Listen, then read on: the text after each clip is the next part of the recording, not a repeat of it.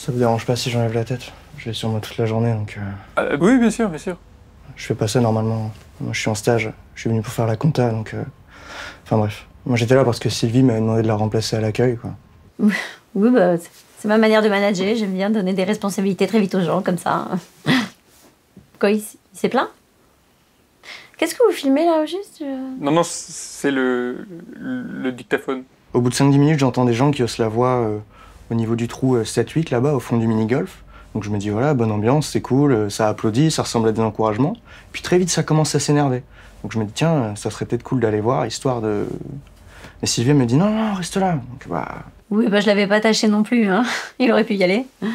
Bah, un vieux monsieur de 75 ans environ. Non, 80, 82, facile. À mon avis, il faisait un peu plus que son âge. Physiquement, ça allait, mais le reste, c'est un peu limite. Puis le contact, pas facile. Il avait du mal à faire son trou. Ah, sans mauvais jeu de mots.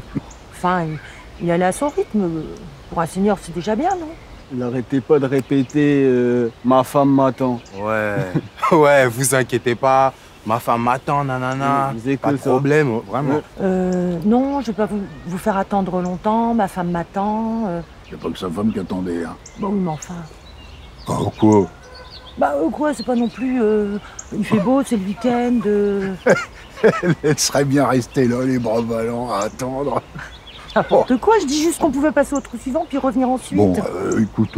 Et ben juste le monsieur, il était planté là, il voulait pas bouger, et les autres, ils commençaient à s'énerver, donc voilà, c'est les gens, ça, ils sont pas très patients. Bah, on l'encourageait principalement, on lui disait fléchissez bien les genoux, plus souple les bras, des trucs comme ça. En vrai, franchement, c'était sympa. C'est cool. Ouais, c'était bien. Ah, tout est dans la tête, hein. Si vous voulez qu'elle y aille, elle va y aller. Après, c'est une rampe à la verticale. C'est pas pour tout le monde, c'est un peu technique. Mais j'aime les gens qui ont de l'ambition. Ouais, il a galéré, hein. Longtemps. Mais Très longtemps.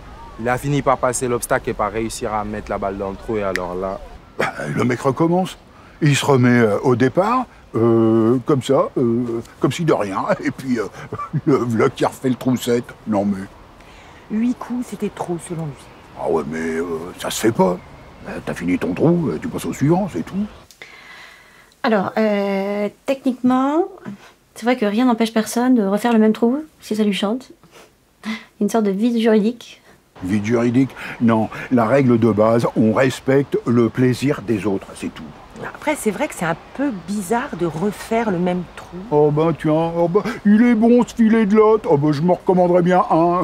Enfin, toujours est-il que t'as pas pu t'empêcher d'aller faire ton scandale. Mais quel scandale, je suis allé chercher la gérante, c'est tout. Donc ce monsieur vient me chercher, il m'explique la situation, moi je sais pas trop quoi faire, je connais pas les règlements, donc à ce moment-là j'ai essayé de contacter Sylvie. Avec l'ensemble des éléments dont je disposais, j'ai estimé que... Bah du coup il a bien fallu que j'aille voir. Et là je tombe sur ce monsieur, environ 90 ans. Monsieur Robert. Ouais c'est ça, voilà, Jacques Robert apparemment. Les doubles prénoms, faut se méfier. Ben, je le connaissais parce que c'était le voisin de mon père à l'EHPAD, les Oliviers. Je savais pas qu'on pouvait sortir quand on était à l'EHPAD. Bah, quand on allait lui rendre visite à mon père, Monsieur Robert, il venait souvent avec nous en balade, parce qu'ils s'aimaient bien les deux. Donc là, bah, je l'aperçois, et donc tout de suite, je lui dis « Ah, Monsieur Robert, comment ça va? Ça fait longtemps, vous allez bien ?» ça. Et là, aucune réaction. Donc moi, je savais quand même qu'il était déjà un peu...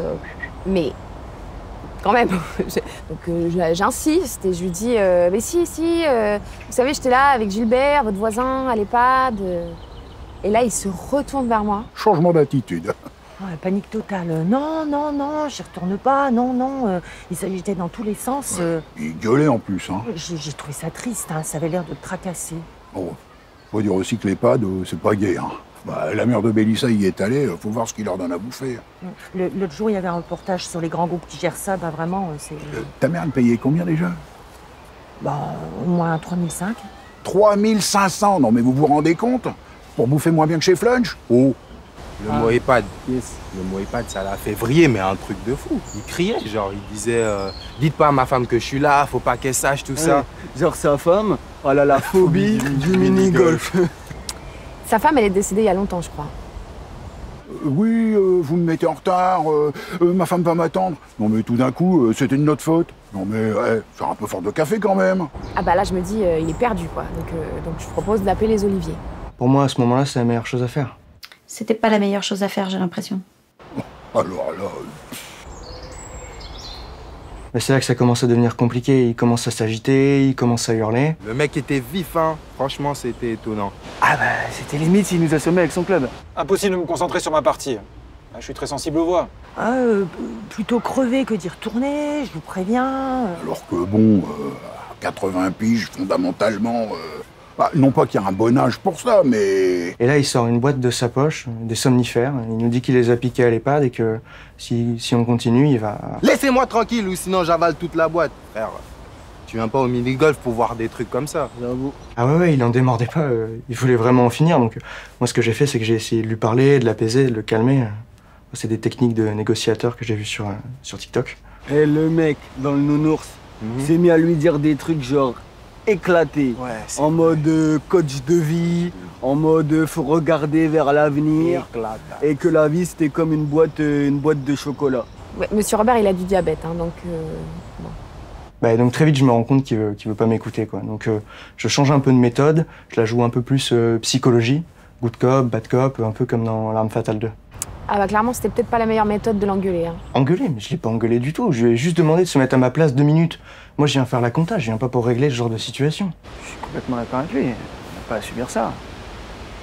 Je veux dire, c'est pas le lieu pour. C'est vrai, les gens viennent ici pour s'amuser. Enfin, moi, je viens pour travailler, mais personne vient ici pour être traumatisé à vie. Et puis, vous imaginez les conséquences d'un truc pareil. Et puis, les gosses dans tout ça. Non, il faut vraiment penser qu'à soi. C'est comme les retraités qui viennent faire leurs courses le samedi matin. À part faire chier le monde, ça sert à quoi, sérieux? Lui, il aurait pu venir le mardi, 2 jours de plus, 2 jours de moins, ça change quoi? Bah là, je me mets à l'écart. Je finis par avoir les pompiers, je leur explique un peu le truc. Je leur dis qu'il a déjà pris la boîte de médicaments parce que je me dis ça va les activer un peu, quoi. Ils me disent ok, très bien, on est là dans 10 minutes. Super. Je me dis, j'appelle les Olivier pour les prévenir. Donc ils me disent très bien, il y a 2 infirmiers qui arrivent. Donc là, je vais voir... Baptiste. On se met à l'écart, mais je prends pas non plus la peine de chuchoter. Parce que bon... Mais Monsieur Robert a une excellente audition. Un vrai chef d'orchestre. Et puis là, ni une ni deux, il s'enfile toute la boîte de somnifères. Une descente, t'aimerais pas la remonter à vélo, celle-là. Ah bah, cette fois-ci, c'était vrai. Laissez-moi moi ici, je ne veux pas y retourner. Mais ça te fait rire, toi? Oh bah ça va. Regarde-le lui, ça le fait marrer.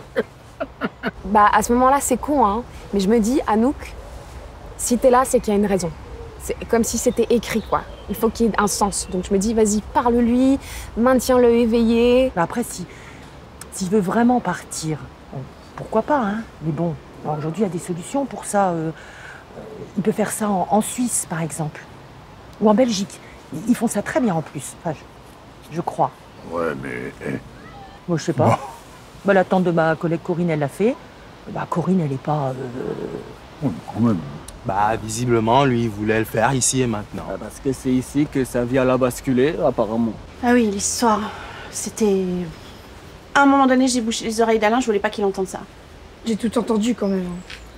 Il a commencé par dire que ce trou c'était l'œuvre du diable et tout. Le chéton. Comme quoi il était venu jouer ici il y a 50 ans pile, qu'il se rappelait de la date à cause du 14 juillet, mais qu'il s'était mis à galérer sur ce trou-là. Ouais, il s'était entêté. Ouais, voilà, au lieu de lâcher l'affaire, genre, il s'était mis à monter en pression tout seul. Non, avec sa fille.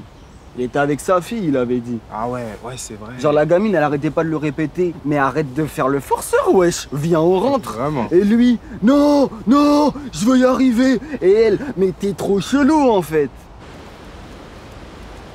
Il avait passé 20 minutes juste sur le trou-7.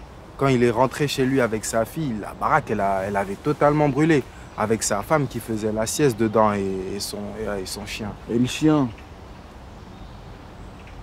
À 10 minutes près, il aurait été là. Hein. Ah, je sais pas comment il a fait pour continuer après ça, hein. C'est inimaginable. Je préfère pas y penser. Hein. Ça, c'est sûr, ça fait relativiser. Bah oui, comme quoi, parfois, il faut passer au trou suivant. Oui, après, passer 20 minutes sur un trou pareil, c'est... Enfin, faut pas être non plus... Oui. Non, mais... Bon, je vais vous montrer. Et voilà, regardez comme elle est belle, cette rampe. Évidemment qu'on a envie de passer par la rampe. Regardez ça. Hop, voilà. Ça attire l'œil, c'est joli, c'est dans l'axe, c'est super. Mais en vérité, c'est beaucoup moins académique, mais beaucoup plus efficace. On peut passer par les côtés. Ah ouais, le mec avec son polo beige. Ouais, il a rien trouvé de mieux que lui balancer ça comme ça. Oui, je lui ai dit. Et alors? S'il fallait le refaire, je le referais, sans problème.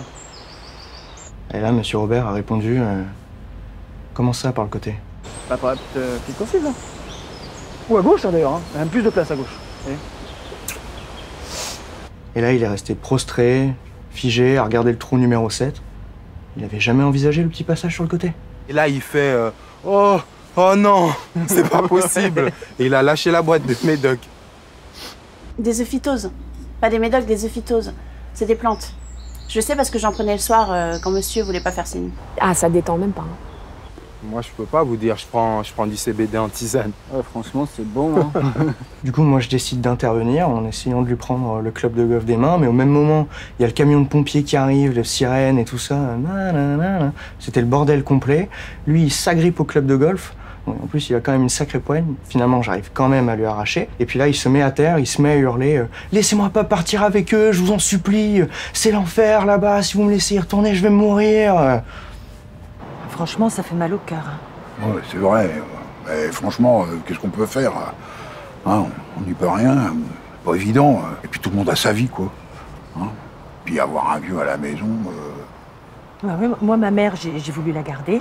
Et ben, elle se levait la nuit, moi, je dormais plus. Ah bah, du coup, c'était pas une vie. Hein. Et puis pour personne, du coup. Je m'attendais pas à ça en me levant ce matin. Ben, les hommes qui pleurent, je sais pas, moi, ça me fait quelque chose. Hein. Bon, les femmes aussi, hein, mais les hommes, il y a un truc obscène. Bon, naturellement, lui, il n'y pouvait rien, hein. Mais quand même, bah, c'est pas des choses qu'on a envie de voir. Hein. Bah non. Bah non. Ah oui, c'est clairement pas des choses qu'on a envie d'entendre. C'était horrible. Horrible. Tais-toi, Alain. Franchement, quand j'y repense, c'est chaud. Ouais. Oui, après, les oliviers, c'est bien, il y a un jardin et tout. Bon, c'est pas le paradis. Mais le purgatoire, à la limite. Jamais de la vie, vous me mettez là-dedans. Je plaisante, hein. Sérieusement.